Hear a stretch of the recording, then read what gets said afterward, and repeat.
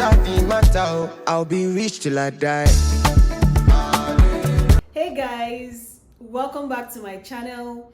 If you're new here or just stumbling on my video for the first time, thank you for stopping by to watch. And if you're yet to subscribe, please hit the subscribe button. If you're a returning subscriber, thank you so much. I really appreciate how you engage with my content. So for today's video, I'm going to be talking about credits, how to maintain a good credit score, how to grow your credit, all of the things you need to know when it has to do with the credit system in this country. If you're in Canada or if you're aspiring to come, you should know that the system that runs here is a credit-based system. We do a lot of credits, lines of credits, things that have to do with credits. In fact, the moment you reach here, you start hearing the credits. You have your credit card, you buy stuff on credit to pay periodically depending on the arrangement you have with your credit institution. And it's a whole lot of credit system that you really cannot run away from. So I used to be one who hates to borrow. I like to just buy things up front, particularly because of the society I'm from, where I was raised. I'm used to buying things up front, paying for everything up front, just bulk payment, buy the stuff, take it home, and know that you're done. You don't have to pay anything over time. But then I had to work on my mindset when I came here.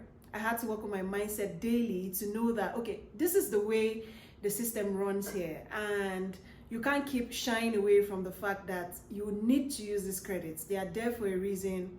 They are used to grow your credit score, which will also help you eventually for times where you want to make very huge purchases, like say a house or maybe a car, or you need a line of credit for a business. So you need to maintain a good record so that when the credit bureau or whoever is checking your credits per time checks, they'll be able to see that you're in good standing to give you whatever you want. And to show how important this credit system is, it affects everything down to your employment. Your employment, some jobs ask how good your credit score is, particularly if you're going to be working in the financial industry. They want to be sure that you are a responsible person when it comes to using credits, and you're able to maintain a good credit score, you're paying your debt as at when due, and you're paying the full amount, and you're not lagging behind. You're also not overutilizing your credit, and they just want to be sure you're a responsible person, because if you're working in the financial institution, you're going to be managing people's portfolios, financial portfolios, or things like that. So they want to be sure that whoever they are putting in charge to manage these things is also worthy of handling them. I've had a couple of friends who've worked there, and one of the key things they tell you is they're going to perform a credit check to be sure that you're qualified to work. That aside, when you also need to, say, rent a house, most of the questions landlords get to ask is, how good is your credit? Because I don't think any landlord will want to take somebody who has a terrible credit records, and all kinds of collection agencies are calling you to pay up all the loans. In Nigeria, we call it bese. All the loans that you owe so far. Nobody wants to take in anybody like that who owes that much or who is lagging behind on payment. So one of the key things they ask about is your credit. So you see, starting from your employment to the house you want to look for, to even little things like trying to buy a phone, a laptop, or many other gadgets and appliances, they will tell you they want to check your credit score, particularly if you're not paying upfront for the whole thing. Let's say the new iPhone 15. I don't know how much it costs, I haven't checked, but let's say it costs 1,007 and 1,700 Canadian dollars, and you don't want to pay for that upfront. You want to go through the financing option, where a financing company is going to pay up the amount for the phone, and then you are paying back to the financial organization, the one who financed the phone, on a regular basis. It could be monthly or whatever agreement plan you agree to, for a 2-year period or a 4-year period. And you have to make sure that you're not falling behind on your payments. Now, before that organization even agrees to finance your phone or even help you in times where you need financing for any product you're trying to buy, they need to be sure that you're in good standing with when it comes to your credit. Is your credit score good? How are you doing in terms of paying back the loans you already have? And this is a huge issue because many people suffer low credit scores. They don't even know when to pay. They don't know how to pay. They don't even know how it works. Just vibes and inshallah, just using the credit card however and whichever way they choose. So today I'm going to be talking about my experience and how I've been using my credit card and the financing options I've chosen to take, and how everything has been working well for me. So sit back. I hope you enjoyed this vlog. I hope you find it insightful. Please share it with somebody who you think will also find it very insightful. And I promise to give as much information, all of the information I have. I also made some notes in my phone, so I'll be looking down from time to time to make sure that I am not missing out any points. If you've watched to this point and you're yet to subscribe, please do so. Thank you. So to start with, when you come to Canada, if you open a bank account with any of the banks, TD, CIBC, RBC, any of the banks at all, you open an account with, you're going to have a debit card and a credit card. It comes with the account. And you're going to have two separate cards for these separate accounts. And usually they give you a cap credit, like a certain amount that they want you to spend within. Like when I came, I'm using myself as the typical example here. So when I came, I opened an account and I got a 4,000 credit amount to use. So 4,000 was put into my credit account and I was given a credit card to spend. Now, there's this excitement that comes to the fact that, wow, they gave me 4K, so I can spend 4K. My dear, it's a trap. You better not go spend that whole 4K because you're going to spend a lot of time paying off that money. Now, I don't know if this is a written rule or an unwritten rule, but then I was taught not to spend above 30% of the 4,000 credit amount I'm given per time. So yes, I took classes actually. I took settlement classes when I came to Canada, and this is one of the things I learned because the last thing I wanted to do was have a bad credit record. So I was told not to spend above 30% of 4,000. So if we're going to do the maths here, right? Let me go to my calculator real quick and do 30% of 4,000. If you do the maths of 30% of 4,000, you're going to get $1,200. So the unwritten rule was that for the 4,000 credits I was given, I wasn't supposed to spend above 1,002 in each monthly billing cycle. If I spend above that, it's going to impact on my credit score. And that's what we call overutilization. Now they give you a 4,000 credit amount and you feel you own the world and you can go and fly and spend the whole money. But it is a trap. They expect you not to overutilize it. Like, let's not show that you need this money so much. At the same time, need the money. Damned if you don't use the money, damned if you overuse the money kind of situation. So for that 4,000, I was supposed to spend just 1,002. The good news was I was well aware before I even got my credit card that this is what I'm supposed to do.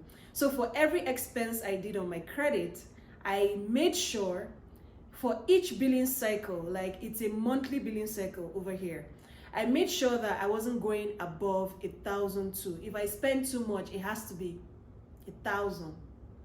If I'm too choked that month and I have to spend so much, then it has to be 1,002. And then I've heard some people even say it's better to spend like 20% as opposed to 30%. Whatever you do, if you can keep it below 30%, say 20, 25% monthly, you'd be doing yourself a great favor. Now, what happens is this credit statement or the billing cycle, like I said, is a monthly thing. So let's use an example now. So for example, if your credit statement comes on the 5th of every month, right? the statement per time is going to calculate what you spent from the 5th of September. I'm giving an example now. From the 5th of September up until the 5th of October that we are in now. It's going to show you how much you've spent and how much you owe. Now, if you look at your credit statement history, or when you go to, and it's advisable to use your mobile app. I use my bank mobile app, so I'm able to track what I've spent, and I'm able to also see how much I owe per time. So if you go there and you see that your credit amount they gave you before was 4,000, and then you get your credit reports by, say, October 5th, and then they say you owe 800, right? Or you spent $800 between September 5th and October 5th. On your credit report on your app, you're going to see that the balance of what you have on the amount that the bank gave you as your credit amount will be 3,002. Because by the time you add the 800 that you owe, it's going to make up the 4,000 you were given originally. So you're going to see that when your statement comes through, it's going to read that the amount due is $800. This is a hypothetical example. It could be more, it could be less, based on how much you spend per month. And then under your amount due, you're going to see minimum payment. Most times you see a minimum payment of $10. It's advisable that if you cannot pay the $800 before the deadline you're given, you try to pay the minimum payment, which is $10. Now, I won't really advise paying only the minimum balance, because it tends to affect your credit score as well. It shows that, okay, you spent more than you can pay back. You spent more than you can actually cover for the month. So why did you spend that much? Are you sure you're credit worthy? Instead of them increasing your credit leverage, the amount over time, they're going to think twice. Like, this person barely pays the total amount due every month. They're only paying the minimum payment. How do we trust that this person is able to manage more? It's now bringing me back to the biblical principle of to whom more is given, much is expected, right? They expect you to be able to manage it such that you're not using so much out of the credit. When your statement comes on the 5th, you now make plans to pay off the amount due, like how much you owe. Make sure you're paying off that money completely, because it counts towards your credit score as well. Make sure that you're not leaving any stone on. Like, if you're owing 800, pay 800. If you're owing $812.57, make sure you're paying that whole amount for the period. And make sure that when you want to pay your credit, the amount of money you spent on your credit, you're paying it after your statement comes. So this is another aspect people make mistakes in. When they spend on their credit card, let's say they go to Walmart today and they do grocery shopping. They spent $150 on groceries, and then they come back, they're feeling very uneasy. Oh my God, I just spent $150 on my credit. Let me quickly pay back, because I hate to owe. And then they quickly wire that money into their credit account from maybe their checking or their savings. Send it into their credit account in order to offset the debt, like the expenses they just carried out.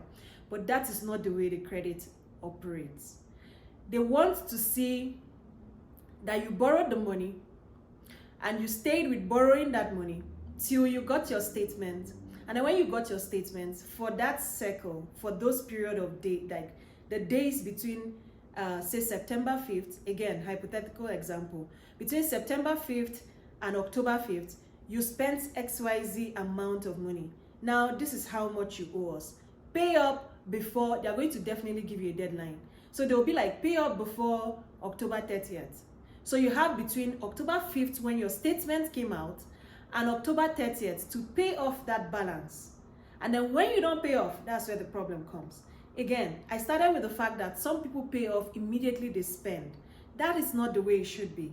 You should wait till your statement comes, and then when your statement comes and you see how much is due, you now pay the amount due. Most people tend to ask, oh, how do I see my statement? Some banks, I don't know of every bank, but my bank, the bank I use, sends me the statement on every month of when my statement comes out. So if your statement comes out on the 5th or on the 4th or on the 3rd of every month, that month you're going to receive your statement on that day. Like October 5th, your statement comes, November 5th, your statement comes, December 5th, like that. It's going to continue that way. And then another thing I did was I turned on the notification for the email that brings in my statement, just so I don't forget. Although over time I have the date in which my credit card statement comes etched in my memory now, so I cannot forget. If I'm sleeping, I know that, oh, tomorrow I'm going to get my statement, so I should be bracing up to pay. So a good thing is turn on your post notification, your email notification, and be sure that when the statement comes, you're aware and you now know that it's time to clear out your debt. Okay, what I just said, what the explanation I just gave now would fall under monitoring your payment history. Just be sure that you're paying your debt, like what you owe, before the due date. Make sure you pay before the due date, because these things also take time to process. So if your amount due, you're supposed to pay before October 30th. Don't wait till October 29th before you pay. You could pay between when your statement came out, like say October 6th or 7th, like today, or maybe subsequently you pay, but just make sure you pay before the October 30th that it is due, like the deadline for you to pay, so that if you pay on October 29th, for example, it's going to take a while to process, to show that, oh, you actually made this payment, and then it's going to show that you're missing your payment if it doesn't reflect on the 30th. I hope you understand what I mean. I just hope you do. So I was talking about getting electronic alerts from your organization. I already talked about that. I set up email notification for mine so that I would know when it comes. Also, using your credit wisely. That's the part I talked about, making sure that you don't overutilize your credit. Make sure you keep it at between 20 to 30%. Make sure just within that region. Don't go above 30% of how much you have, and you'll be fine. And just to show that, okay, I was able to maintain my credit well, shortly after I got the 4,000, not really shortly, a couple of months after, because I was utilizing it well, the bank called me to ask if I would like my credit increased. And I was even scared about increasing it because it gives you more leverage to spend more. So let's say it was 4,000 before, and I had a 30% spending of 1,002. That's 30% of 4,000. And I got 1,002. And let's say they now increase my credit utilization to 8K, like 8,000. So now I have 2,400 to play with in a month. So it's kind of like a trap, because the more your credit amount increases, the more space you have to spend. Like you can now spend 2,400 in a month, which can help you buy a lot of things. But at the same time, it could be a trap, because you may now go buying stuff that you really do not need. However, if you have the opportunity, like if you're called and you're asked if you want your credit your amounts increased, you could just ask a few questions to people who know better and take it as well, because it's a good thing. Also on my list here, I have improving your credit history. So there's something I also do. When I was buying appliances for my house, much as I wanted to pay everything upfront, I also went through the financing option, because it's a way of showing that you are able to make your payments on time. So certain things in my house, like some things that I bought, some gadgets I bought, I didn't pay upfront. Not because I didn't want to or I couldn't. I could, but I just wanted to make sure that it was counting towards my credit and also improving my credit score. So what I did was I went through the financing option, and there are many financial organizations who are willing to give you that credit, like pay off the item you're buying to the vendor. Then you now pay them on a monthly basis till you're done paying. Some of these payments period cover 12 months, others cover 24 months. For example, all my examples in this video are going to be hypothetical. So for example, you want to buy, say, a TV. Now you see a very fine TV you want to buy, and they say the price is $2,500. and this is an example now, it's $2,500. You have $2,500 you saved up, but you don't want to pay for that thing up front. So what do? Let's say you're buying this from one of the stores that sells. Now, they are going to even propose a financing option to you. They would propose that, okay, this is the financial organization we use when clients want to not pay upfront for a gadget and they want to pay over time. Would you like to register with them? And you say yes. Now, this is what that financial organization is going to do. They're going to carry out a credit check. It could be a soft check or a hard check. I'm going to come to explain that as well, because you need to know what kinds of checks are being carried out on your credits per time. So they are going to carry out a check and make sure that you're in good standing, your credit score is good. And then if your credit score is good, they'll be like, oh yeah, I think we can fund this person. And then they pay off that 2.5 to the vendor who is selling the TV to you. And then they register you under their system and prorate the amount such that you're paying a tiny sum of the 2.5 every month. Let's say they now prorate it to be a 24 months payment duration, and then you have to pay like $67 every month. This is an example off the top of my head. So you have to make sure that every month on a certain day that you've agreed to pay, that money leaves your account without any force. If you have an NSF, non-sufficient funds, insufficient funds in your account, is going to count against your credit. It's going to show that you didn't have the money to pay. And then if it counts several times, that's when they now send you to collections. And that's when you start hearing things like the collection agencies call people to harass them because they refuse to pay their money. And it's not because you didn't want to pay. Maybe you just didn't plan well enough to be sure that, okay, my bill for the TV comes out on the 12th of every month. I need to make sure that I have minimum of the $67 that I'm supposed to pay on a monthly basis in my account so that they can take it. Now, if you don't pay that money, it counts against your credit. That's what I'm trying to say. Your credit score is going to drop. It's going to start affecting your credit, that you actually took a line of credit, a credit for a gadget, your TV, and you're not able to pay. Now I'm going to talk about limiting the number of credit applications or credit checks you have on your account. So I'm very wary of hard checks. They are divided into two. There's the hard check and then there's the soft check. Whenever I go to buy something, or say I'm applying for a job or a house, I'm trying to get a house, and they say they are going to carry out credit checks, the next thing I ask you is it a hard check or a soft check? Because you want to know. If it is a hard check, it's going to impact on your credit score, because every hard check has an impact negatively on your credit score. Your scores drop. If it is a soft check, then you're good to go. So if it's a soft check, I agree to it. But if it is a hard check, it's going to impact and reduce your credit score. So make sure you're asking these people. If you want to buy a phone, they're going to say, oh, we're going to carry out some credit checks. Hope you're fine. Don't just say yes. Make sure you ask them what kind of check they are going to be carrying out. And if it is a soft check, then you're good.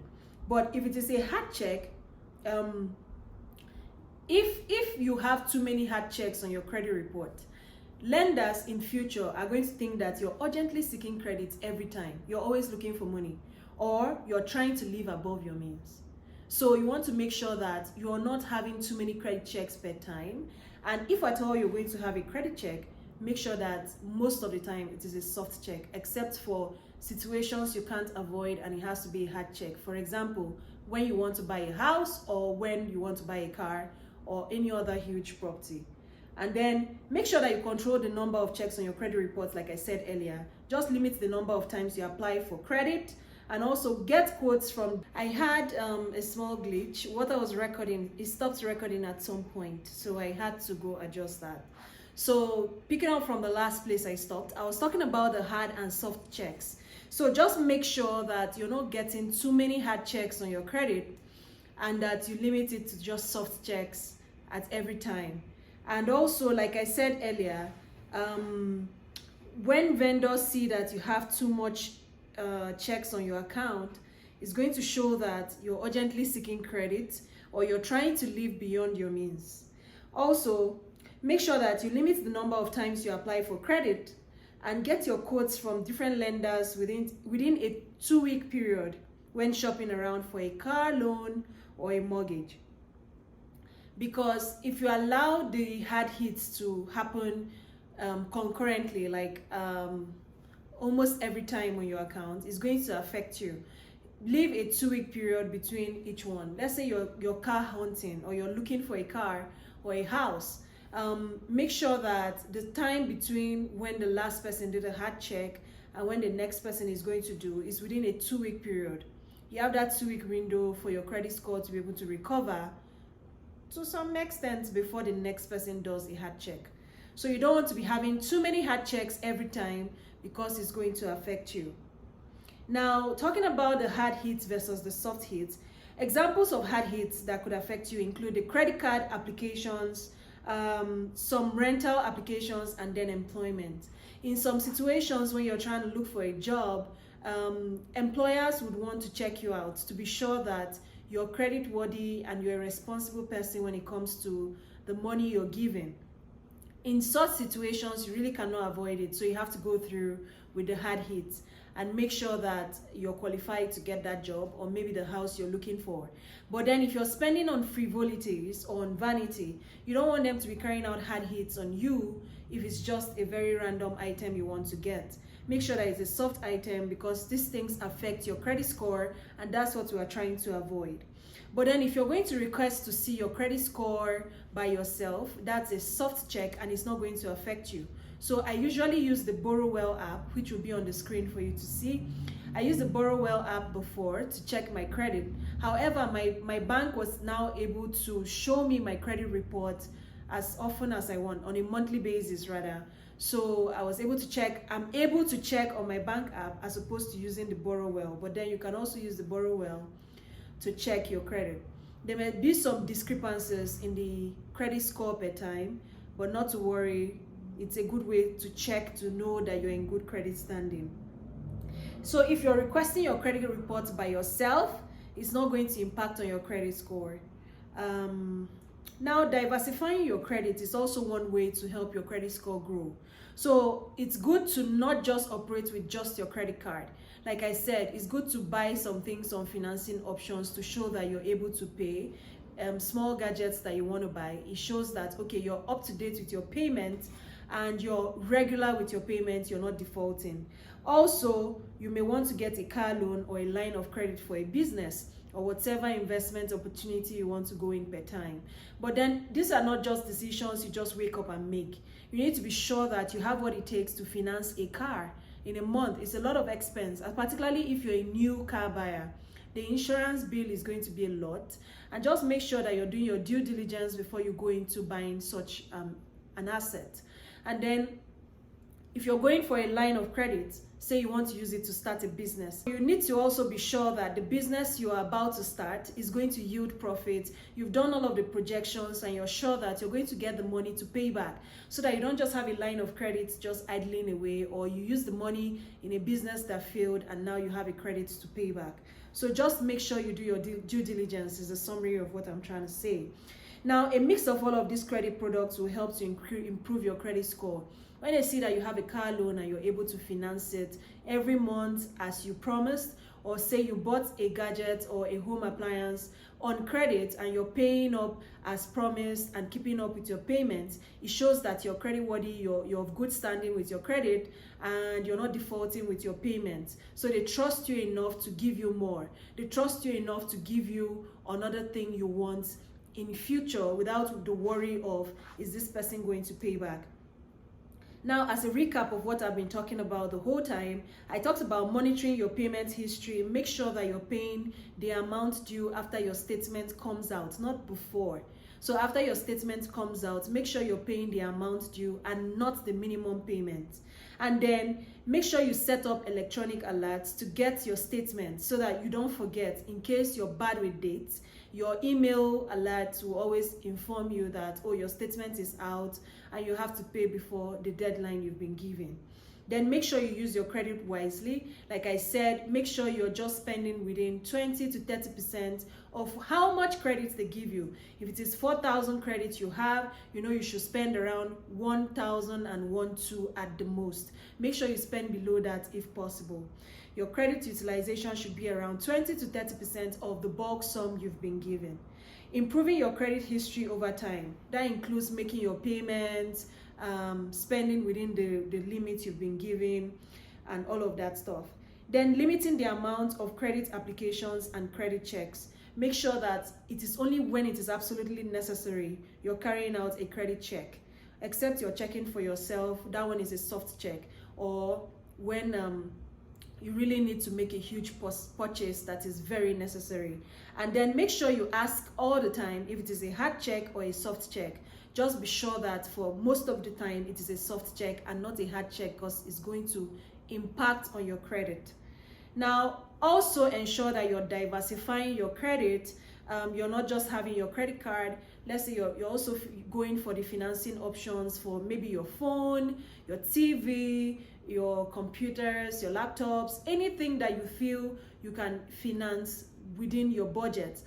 Just try to go the financing route. They like to see that you are given a credit and you're able to pay back when due, in time, and promptly.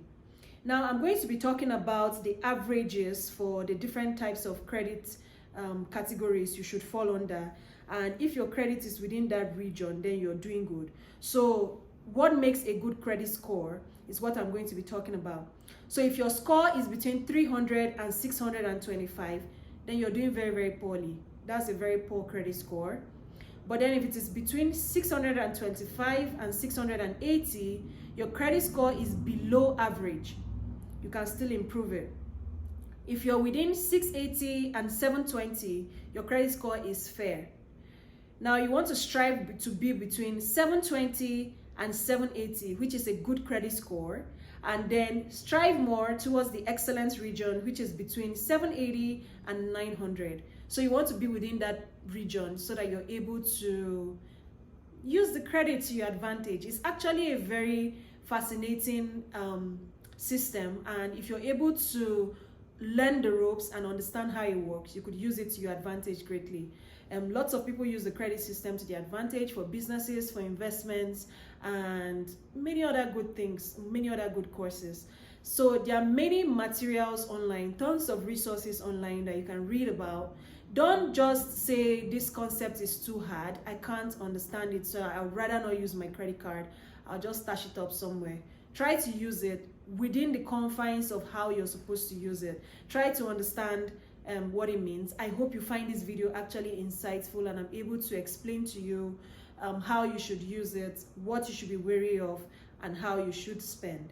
If you found this useful, this video useful, please give it a thumbs up, drop a comment, ask a question, and we can help ourselves in the comment section. And then also share with people who are new and don't understand how the credit system works. I hope I've been able to explain this to a very large extent, and I hope you found this video very informative. Please subscribe if you're yet to do so, and watch out for the next video. Thank you so much, and I hope this side of the video recorded. I just hope so. I'll be rich till I die.